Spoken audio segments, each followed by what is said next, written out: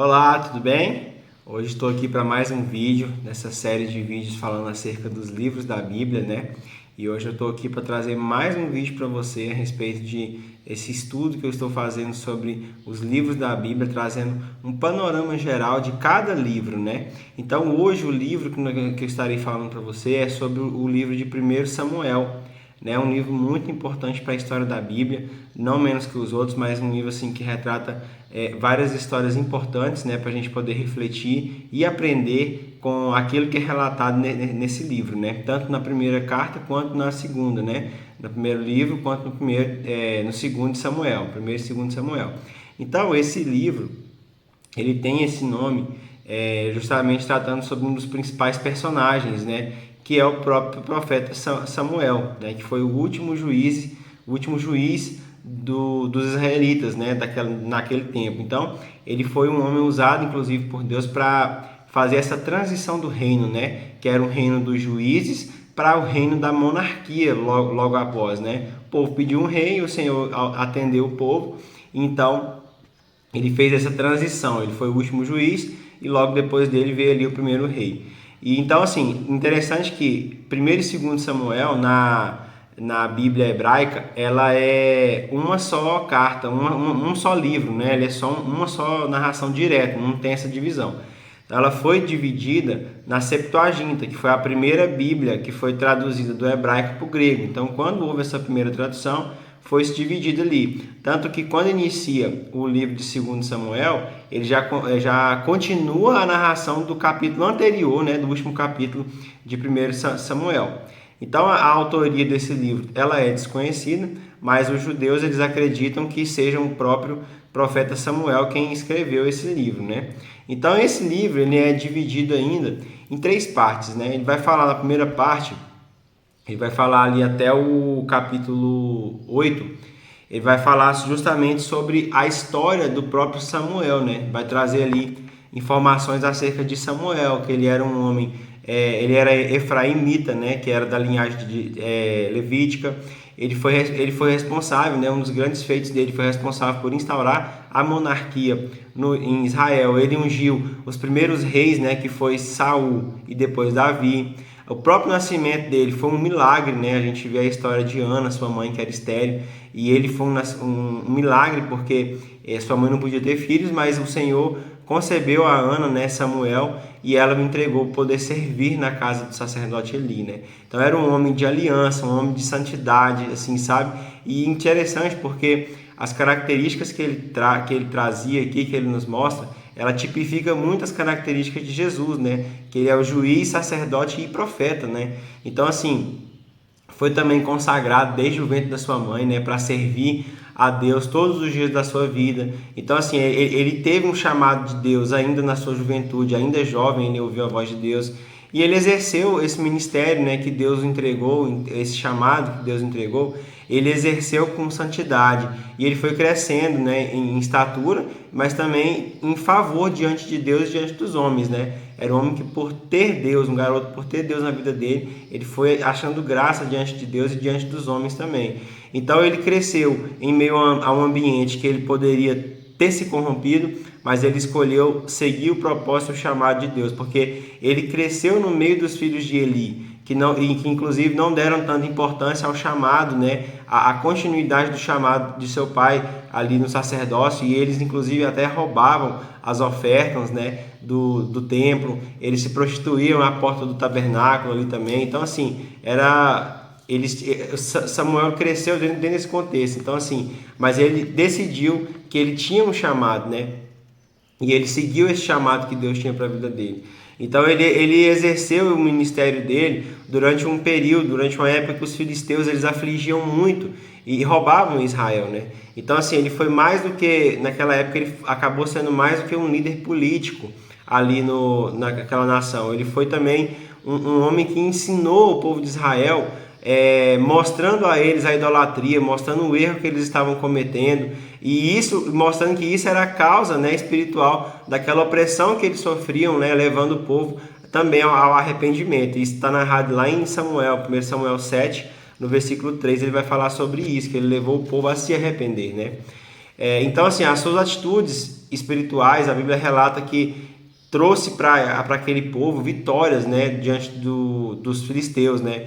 Lá no mesmo capítulo 7 ele vai narrar também. Então, assim, ele tinha um coração muito grato ao Senhor e entendia que o Senhor era quem ajudava aquele povo, né? Então, ele foi também um intercessor e um mestre, né? Ele era íntegro em tudo que fazia, não tinha nada que desabonasse ali a sua conduta, a sua figura. Ele também jamais desprezou a palavra de Deus. Isso está lá em 1 Samuel 13. E ele teve esse grande feito na vida dele, que foi instaurar, né, a monarquia, né? Instruiu a monarquia no povo de Israel, né, para o povo de Israel. Então ele ungiu Saul, que foi o primeiro rei de Israel, e ele acompanhou boa parte do reinado de Saul também. E o interessante é que mesmo depois de Saul ter sido rejeitado, né, por Deus, foi ele também quem ungiu Davi, que foi o segundo rei do povo, né? E iniciando então a segunda parte desse livro, ela vai estar ali do capítulo 9 ao capítulo 15, que ele vai narrar então um pouco do reinado de Saul, né, o primeiro rei de Israel. Vai falar sobre a unção que ele recebeu ali pelo profeta Samuel, ali logo no capítulo 10. Na terceira parte do livro, que vai do 16 ao 31, ele vai mostrar em destaque aqui o declínio de Saul, né? O declínio, a queda de Saul e a ascensão de Davi, que já havia sido ungido pelo profeta como rei, mas ele estava naquele processo ainda de passar por uma habilitação, vamos dizer assim, de Deus, né? Até ele chegar na sua real constituição como rei, que isso aí já é narrado lá no livro de 2 Samuel. Mas o que chama a atenção é porque Saul, ele foi revelado por Deus, ele foi um homem escolhido por Deus e ele iniciou o reinado dele mostrando a disposição em ouvir Deus, em estar disposto a obedecer ao Senhor, em guerrear contra os inimigos, sendo assim sempre grato ao Senhor pela vitória e pela misericórdia do Senhor com o povo, né? Só que do capítulo 13 em diante, ele começa a desprezar a palavra de Deus. E ele então não demonstra mais arrependimento das más atitudes dele, das más ações dele. E aí ele entra num caminho de pecado e desobediência que só vai crescendo, crescendo. E isso levou ele à perda do reino, né? A perda do reino, a desonra e também a morte.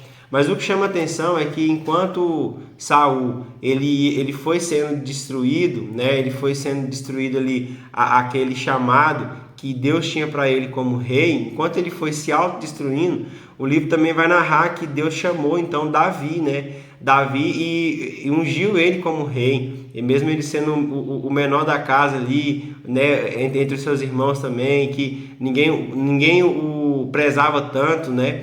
Então assim, era um pastor de ovelhas. Então esse reinado dele começa a ser narrado em 2 Samuel, mas o que chama a atenção é porque aqui ainda no primeiro livro de Samuel, ele vai narrar alguns pontos importantes também acerca dos feitos de Davi, né? Ele vai narrar sobre a vitória de Davi sobre o Golias, né? A aliança que ele fez também com Jonatas, os livramentos nas cidades de Keila e Ziklag. Vai narrar também a fidelidade ao Senhor que aquele jovem tinha, né? Davi tinha, que não tocou Saul, né? Mesmo ele sendo vítima na situação, sendo perseguido, para poder ser morto por Saul, ele teve a oportunidade, mas ele sabia e reconhecia a autoridade de Deus que estava sobre a vida de Saul, e ele não toca na vida do rei, né? Ele não quis fazer justiça com as suas próprias mãos, né? E também narra o casamento dele com Abigail e a morte de Nabal. Mas aí o que chama atenção aqui durante a leitura desse livro são alguns aprendizados que nós devemos tomar com esses três homens, né? Essas três figuras importantíssimas aqui narradas nesse livro. Com Samuel a gente aprende o quê? Que nós devemos sempre obedecer ao chamado do Senhor, crer que Ele é o Deus que nos capacita, que nos chama, mas também nos capacita, e, acima de tudo, exercer o nosso chamado, exercer a nossa vida com santidade, né? com nada que nos desabone diante de Deus, mas tendo uma vida santa, um comportamento, atitudes santas, né? Separado mesmo para poder servir ao Senhor. Samuel nos ensina isso, que foi um homem que perseverou durante todo o seu chamado e manteve, né, a santidade enquanto ali ele estava exercendo o chamado de Deus na sua vida. Com Saul, nós aprendemos uma coisa, que nós somos escolhidos e é pela graça de Deus. A graça de Deus é quem nos escolhe. E que quando nós estamos reconhecendo a nossa dependência no Senhor, que nós somos totalmente dependentes dele, nós conseguimos seguir cumprindo aquilo que o Senhor nos deu. Mas o erro de Saul foi o quê? Foi querer andar sozinho, foi querer andar com seus próprios pés, decidir com as suas próprias mãos ali o que tinha que fazer, e ele quis andar sozinho. E a partir daí ele entrou numa vida de pecado e ele foi só declinando até chegar à sua morte, né? Uma morte desonrosa. Então a gente vê que nós precisamos saber sempre que a nossa total dependência ela está em Deus. Enquanto nossa dependência for Deus, nós teremos sucesso em tudo aquilo que nós fizermos na nossa vida, em toda empreitada que nós entrarmos, o Senhor estará conosco e dependendo dele, nós iremos conseguir conquistar os nossos objetivos, né? E com Davi, encerrando aqui, a gente também aprende muitas coisas. Por quê? Aquele jovem, ele quando foi ungido a rei, de imediato ele não se tornou rei. Ele passou por um processo até se tornar rei. Né? E muita gente às vezes quer colher frutos sem ter passado pelo processo, né? Um fruto, quando ele é plantado, ele tem todas as suas etapas, né? A preparação do solo, depois vem o plantio da semente, vem o regar, vem o tempo daquela semente germinar, crescer, até então dar o seu fruto para ser colhido. Então isso é o processo. Eu costumo dizer que muitas das vezes tem gente que quem vê o resultado não vê o processo, né? Então, até Davi se tornar rei, aqui no livro de 1 Samuel vai narrar o que ele passou até se tornar rei. Ele passou por um processo de habilitação diante de Deus. Ele passou por um processo para poder ser habilitado, para poder se tornar rei. Então, quando ele passa por esse processo e é aprovado diante de Deus, no capítulo, já no livro de 2 Samuel, então começa a narrar ali o reinado de Davi. Vai narrar quando ele foi constituído realmente como rei e o seu reinado, né? Então, assim, nós aprendemos que nós precisamos entender que passar pelo processo é necessário, para que nós possamos colher os frutos, para que nós possamos exercer o fruto do chamado que o Senhor tem para nós. É preciso passar pelo processo. E muitas vezes esse processo ele é doloroso. Às vezes ninguém está te vendo, mas eu quero te dizer que Deus é contigo. E se Ele te chamou, Ele está te capacitando, e o que você está passando é um processo para poder te habilitar, para poder cumprir aquilo que Deus tem para a sua vida e cumprir as promessas que Ele tem para você. Tá bom? Então, trago mais esse vídeo aqui, espero que você tenha gostado aqui. Deixe o seu gostei aqui no canal, se não é inscrito, se inscreva também aqui, tá? E compartilhe esse vídeo aí com mais pessoas, para que possa ser também edificado através desse ensino, tá bom? Deus te abençoe e até o próximo vídeo.